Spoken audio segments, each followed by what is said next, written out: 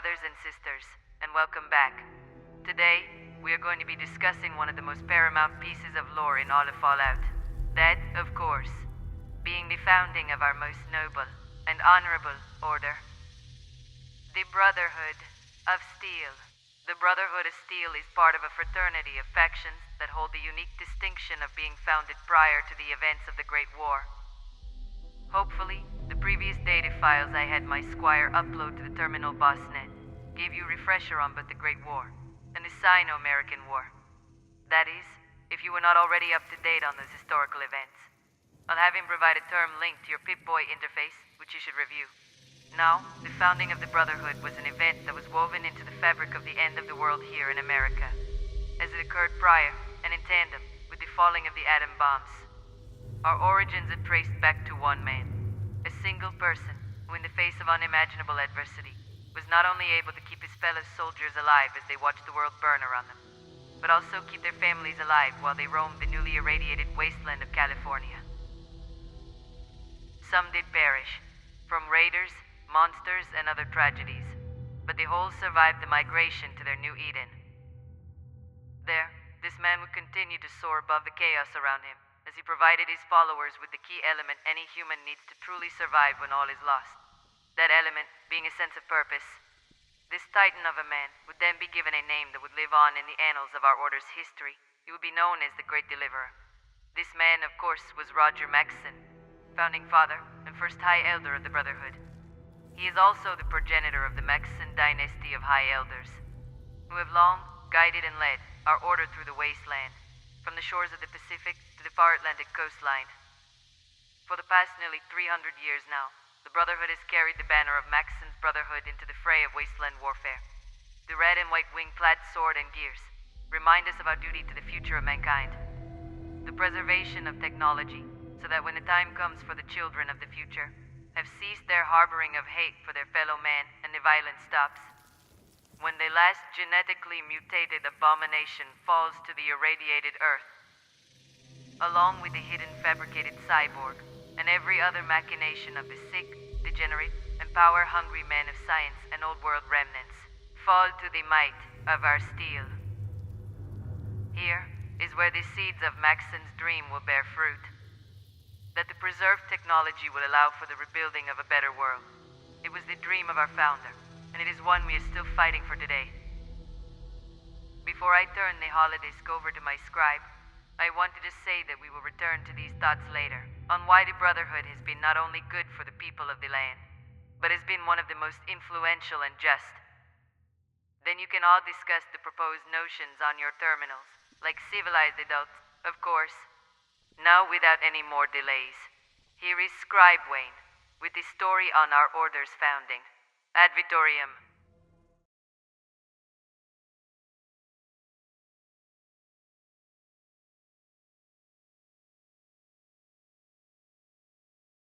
Despite what we can ascertain from the old films we have preserved from the old world, the truth about West Tech and the government is far more complicated and sinister.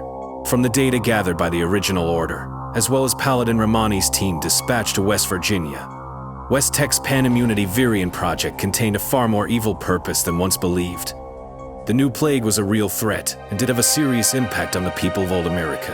And West Tech did commence research on the virulent disease within their research facility in California. But it was not solely their team of brilliant scientists. This team, under Dr. Robert Anderson, was being helped by a supercomputer known as ZAX 1.2. Research began in 2055 and was conducted separately from the war effort and their power armor project, as the Chinese had not yet invaded. The plague continued to run rampant across the nation, with West Tech unable to make any strides in their research on a prevention to the disease. In 2075, the government would finally step in and endorse the Pan-Immunity project with a research grant to the company. It is thus believed that their breakthrough with the Power Armor project and the dire necessity for biological warfare countermeasures is what forged this soon-to-be unholy union. When needing to find an answer to the issue and press for time, Robert Anderson and his team, with guidance from the ZAX computer, had come to one conclusion: that the best way to combat the newly created biological weapons was to alter uninfected DNA so that it was no longer susceptible to standard viral infection. This insight, acquired through the reclamation of data by a prior Vault Dweller turned brother, reveals some interesting implications. Was the new plague a biological weapon released by the Chinese prior to their land invasion? Or was it only perceived as one by those who live in the times? We will never know. The other observation taken from this is that the foundation of this research lay in the initially altruistic idea and hope that the scientists would not just be finding a cure for the new plague, but a cure for all known infectious disease. A truly honorable venture. If only the trajectory of the project would have stayed this course, then history would be far different for both the West Tech scientist and the Brotherhood. It should be noted that in the year of 2287, Sentinel Nate of the East Coast Brotherhood chapter had discovered a single dose of a medication labeled as Prevent. This was found in the depths of a medtech facility in the city of Boston.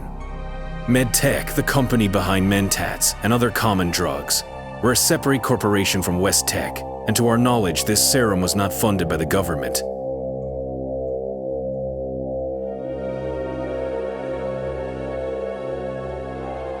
The Sentinel would donate the Prevent serum to a mercenary named Mick Creedy, so that his son could be treated for a condition with symptoms paralleling those of the new plague. This act of compassion would further cement the Sentinel as being the absolute standard all brothers should look up to when operating in the wasteland. Though our goal is to preserve technologies and data from the old world, some may see this act as direct insubordination of the Codex. But we must acknowledge the original ideas of founding High Elder Roger Maxson, that we preserve and safeguard these treasures so that the future generations who will forge the coming new Renaissance may have the ideas and information needed to build this better world. Children are this future, and so the acts of the Sentinel directly embodied the true spirit of the great deliverer, High Elder Roger Maxson. As no brother or sister should place the preservation of technology over the life of a dying child. Though we cannot confirm if the disease the mercenary's son contracted was the new plague, the serum seemed to match intel provided by this Mick Creedy, which was then confirmed by the Sentinel. If so, then we can only assume that there was at least one company who had cracked the code of the new plague prior to the end of the old world. Furthermore, this data severely damns the actions and deeds of the scientists working for West Tech, who not only drifted from their initial intentions, but would go on to commit absolute crimes against humanity. On March 21st, 2075, the Panimmunity Virium would undergo a prolific name change. After the creation of a quantity of serums marked as Batch 10-011, the Panimmunity Virium would be officially changed to its new nomenclature, the Forced Evolutionary Virus. The scientists of West Tech would begin to conduct animal testing, starting with flatworms on May 9th, 2075. Using the worms as cellular observation hosts, multiple rounds of serum administration showed marked anatomical and physiological as well as cellular alterations. These included increased body mass of the flatworms, as well as resistance to nearly 40 different inoculated viruses. Zoonotic viral transmission from parasitic worm vectors into human hosts is possible, and it is known that parasites can carry a multitude of viral agents. So starting with flatworms was a wise choice. The progeny of these flatworms would also retain these immunities, but flatworms reproduce through asexual reproduction. This means that the parasitic worms undergo a budding split in order to create new life. It was promising, although humans do not reproduce asexually, so more animals were subjugated to the FEV. Next, scientists used mice and rabbits, noting increased muscle spindle fiber count and actin-myosin bridge fire rate leading to astounding sarcomere contraction force. For you knights with low intelligence, this means that these rodents were big, strong, chonky boys. There was also noted neurological tissue growth and neuronal network firing within the amygdala, hypothalamus, and hippocampal regions of the brain. Meaning there was increased intelligence and memory, but also these rodents showed signs of heightened aggressive behavior. These new developments noted in the more advanced organisms were more alarming than what was observed in the flatworms. But animal research would not stop at rodents. The scientists inoculated all sorts of animal test subjects with FEV, including canines, procines, and even pan troglodytes, otherwise known as the chimpanzee. With each new complex organism tested on, a new cornucopia of data was collected by Anderson, his team, and the Zach's computer. What remained consistent throughout, regardless of test animal used, was the marked increases in strength, intelligence scores, and aggressive behavior. The final straw which prompted United States military involvement was the successful inoculation and robust physiological results seen with the pan-troglodyte series of testing. The chimpanzee, being genetically close to humans, interested the military. Anderson and his team had shown that not only could FEV prevent disease in those inoculated with the virus, but it even enhanced their anatomy and neuronal capabilities. The heightened aggression was just icing on the cake at this point. Not only did West Tech potentially find a panacea cure for disease, but also stumbled upon a serum that would create a legion of biologically enhanced super soldiers. It was too good to be true, and the military wanted to ensure that this project would lead to nothing short of success. The scientific pursuit and achievement of a genetically enhanced super soldier comes from the old world, long before the bombs and the end of the world. It actually predates the atomic bombs themselves. A silly, fantastical idea made popular by an evil conglomerate of National Socialists seeking world domination. Well, these sadistic lunatics would eventually be crushed under the military might of the Allied forces, never achieving their goal. But the idea would live on in their German scientists, many of them being recruited by the United States government, their descendants finding homes with corporations such as the renowned and highly suspect Vault-Tec. No, the idea lived on, and it would take over 100 years for the intoxicating itch of super soldier fever to seep its way into the same institution. The same military that once fought the fascist National Socialists, which birthed the popularity of an idea in order to bring about a free and prosperous age. Yes, this same government would fall to the seduction of the very same idea. They say that war never changes. Well, neither does greed and the lust for power. It is this virulent plague, a plague of man's own hubris, that drove the United States government to allow the following series of events.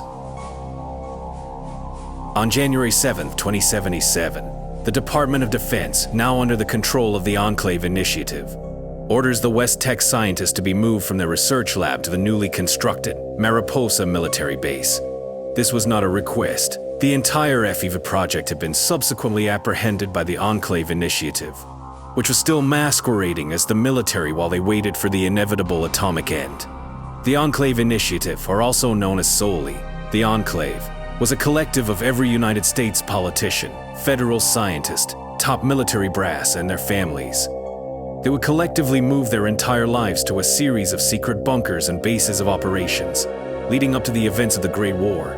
The President of the United States had declared the primary site alpha of their operation would be the Poseidon oil rig off the coast of San Francisco, California, out in the Pacific Ocean and safe from nuclear strike. Even though Chinese submarines still patrol the ocean, the Chinese apparently did not think a giant oil drilling base, producing potentially high volumes of oil, which they desperately needed, was of value. So it remained unmolested by the enemy, for literally no reason other than China had problems of their own. But anyway, I digress. From the giant oil base in the Pacific, the President kept in communication with the other various Enclave bunkers. These included the White Spring Resort bunker in the Appalachia Commonwealth, and in Raven Rock, Pennsylvania. Here, they were monitoring the various projects across the nation, such as Project Safe House, and now the FEV project. The Enclave seized the FEV project and forced the move to Mariposa. And along with this military takeover of the project came a new addition to the research team. Not scientists, this team would be a security force. Power armor-clad soldiers under the command of Colonel Robert Spindle. From 2076 to 2077, the FEV serum undergoes further modification and titration of the formula. Within this year, the first variant, most likely titled FEV Type 1, becomes the confirmed FEV Type 2. Deep within the sealed-off underground laboratory facilities at the Mariposa military base, a series of large steel vats were constructed to house sufficient amounts of FEV Type 2 to promptly begin human testing. Dr. Robert Anderson and the Zach's computer figured that the most efficient method for testing the serum on human subjects was to have them lowered into the vats with the assistance of a crane device, The entire construction of the laboratory was clearly meant for systematic mass testing of human subjects, of which were selected not from populations of willing and consenting adults, but rather from the population of military prisoners of war, both foreign Chinese POWs and American deserters, as well as other undesirables the government was looking to make better use of than rotting in prison cells. This single act had turned the Mariposa military base into a functioning concentration camp the likes of which had not been seen since World War II.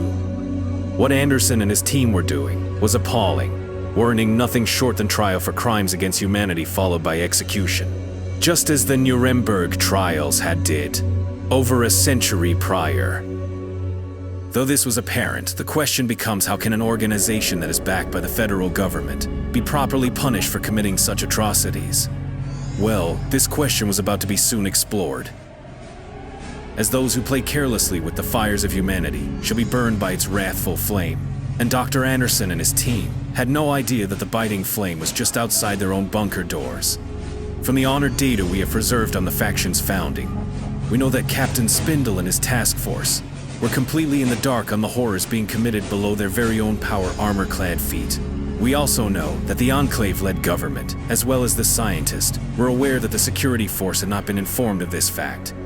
What we do not know is exactly why the government chose not to inform Spindle and his team. The scientists were told to keep their toiling in the dark, which would soon become the spade that dug their own grave.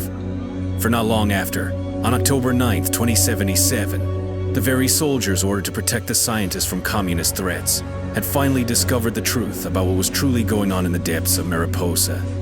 Soldiers, while patrolling the interior, had heard a disturbing noise coming from below. That, coupled with the large shipment of human prisoners being carted to the base, never to be seen again, drove Spindle's men to explore the depths of the Mariposa bunker laboratory. What those soldiers saw upon entering the main laboratory drove them to the brink of absolute madness and disparity. Human beings, fellow soldiers, both enemy and ally alike, twisted and malformed into genetically mutated, utter abominations. We can only imagine what the initial view of the lab had done to their psyche, but they did not break their composure. The soldiers ordered at gunpoint that the scientists to cease their work and gather in the corner of the lab. A runner was then sent to report the discovery immediately to their second-in-command, Captain Roger Maxson. Maxson, keeping his soldiers as calm as he could, immediately then reported the news to Colonel Spindle. The two officers would descend below in haste and conduct a further investigation. The revelation was too much for the colonel to bear, his mind unraveling at the sight before his very eyes. Colonel Spindle would thus flee the scene of the lab and lock himself in his office topside. With Colonel Spindle indisposed, the responsibility of the nightmare fell onto his young second-in-command, Captain Roger Maxson. It was a moment that would define the man and his subsequent lineage. As Maxson, a collected and pragmatic officer with combat experience, took charge and brought his men to stay their arms until further intel was collected. A man has to believe in something if they are going to keep their wits about them and weather the storm. Some believe in their religious faith, others their own doctrines and philosophies, some in bonds of companionship. But a good soldier has to believe in their cause and the very government providing the cause. Roger Maxson still believed in his government and in the America he had fought for in the past decade. It was his identity and the cornerstone of what gave him purpose. He could not bring himself to believe that his government would allow such a grotesque display of human torture and torment to be conducted on their dime. The same was shared amongst all the soldiers of his team, and quickly the others jumped to the conclusion that the scientists were solely behind this travesty, most likely using government funds to conduct their own demented projects. The situation was quickly spiraling out of control. The soldiers, donning T-51B power armor, were loading and locking their weapons, preparing to litter the lab with further bloodshed. Maxson was not about to let this happen. Instead, Maxson ordered that the scientists were to be locked up in a cell, while he tried to contact the Pentagon and his superiors with further instruction. On October 12th, roughly 2 days later, Maxson had yet received word from Washington. The tensions were rising amongst his ranks, as the young captain was forced to subdue one of his own soldiers from killing one of the scientists while in a blind rage fueled by disgust. Maxson, still receiving no word from Colonel Spindle through the confines of his locked office, would thus promote himself as acting commander of the Mariposa military base. His first task as acting commander was to begin questioning members of the science staff. The captain wanted to give his men a sense of justice for what they had seen, and figured this would quell their hostility. Maxson would start this interrogation with the project's lead scientist, Dr. Anderson. Maxson remained calm in his questioning, asking the scientist what truly was going on and on whose authority were they acting on to conduct such horrific research. The answer that Maxson received shook his very core, as Dr. Anderson only responded with the truth: that the research being conducted at Mariposa was not only funded by the government, but that each and every component of it was condoned by the government. This confession roused an ire from both Maxson and his troops. Anderson did not back down on his confession. Instead, the scientist only further explained the details of the base operation. When Maxson refused to believe Anderson, the scientist erupted in anger. Barking at the captain, Anderson proclaimed that he was only following orders, and that he was a military man, no different than the captain himself. Maxson turned from Anderson to his soldiers and noticed that this was the tipping point between order and chaos. Realizing that whatever remnants of command he had left was rapidly slipping through his fingers, Maxson pulled his weapon and shot Dr. Anderson, killing him instantly. The decision to execute Anderson did not sit well with Roger, but the choice to act as judge and executioner allowed Roger to gain command of his men once more and avoid full-scale mutiny. He would have time to dwell on it later, but Captain Maxson used his time wisely. This bought him time to try and continue to make contact with the government, in the hopes to ascertain more intelligence.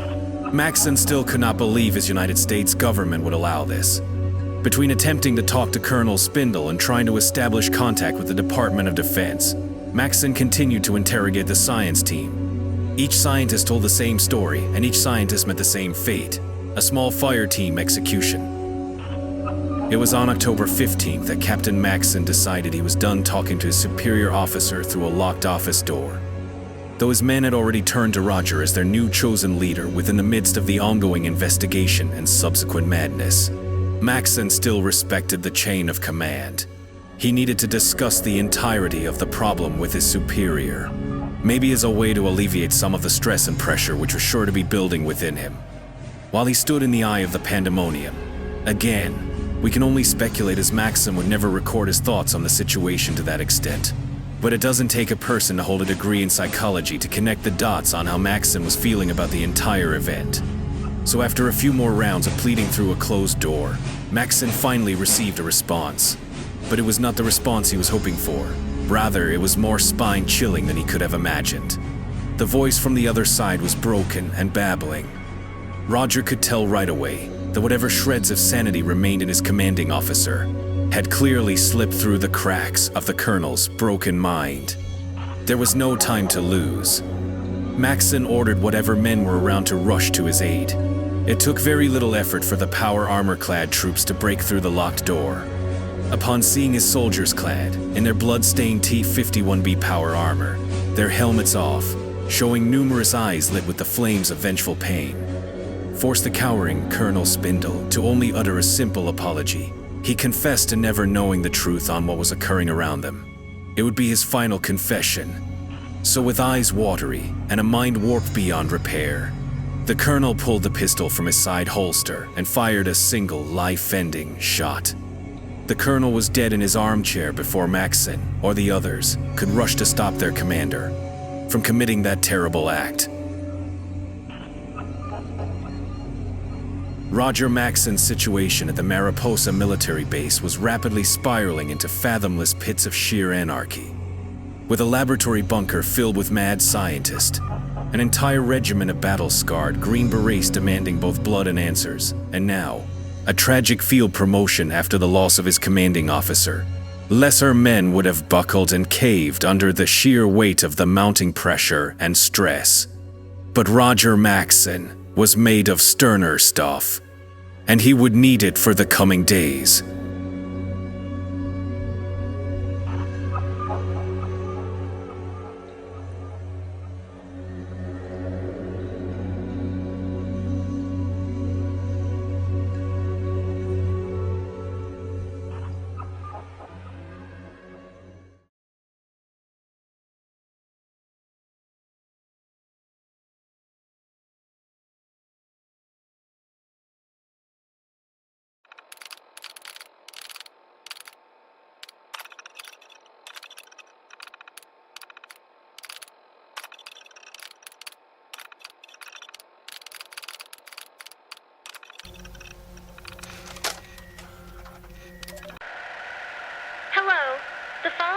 recording is property of the Enclave Modus Holotape Database. Archive 1192476. Point of origin, Mariposa Military Base, California, year 2077. Any mishandling of this archive will result in termination of employment and life. Have a nice day. Warning, please evacuate immediately.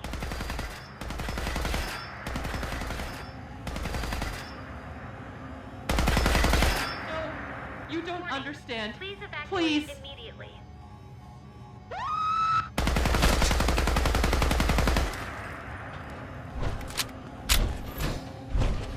Warning, please evacuate immediately.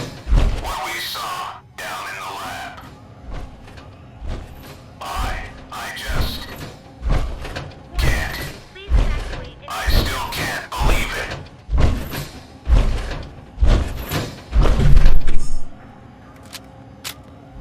Warning, What we saw please down there, evacuate Corporal, immediately. that was real. Those poor men. What in the literal name of God? These sick scumbags had to answer for their crimes. You are right. Come on, Warning, hustle please up. evacuate immediately. We need to go inform Captain Maxon of this.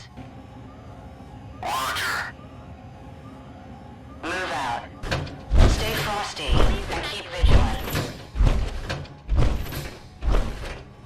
Have mercy. Got him off. And even the little walks without Ellie in this shadow Please of evacuate death, immediately. I will fear no evil. Warning, please evacuate immediately.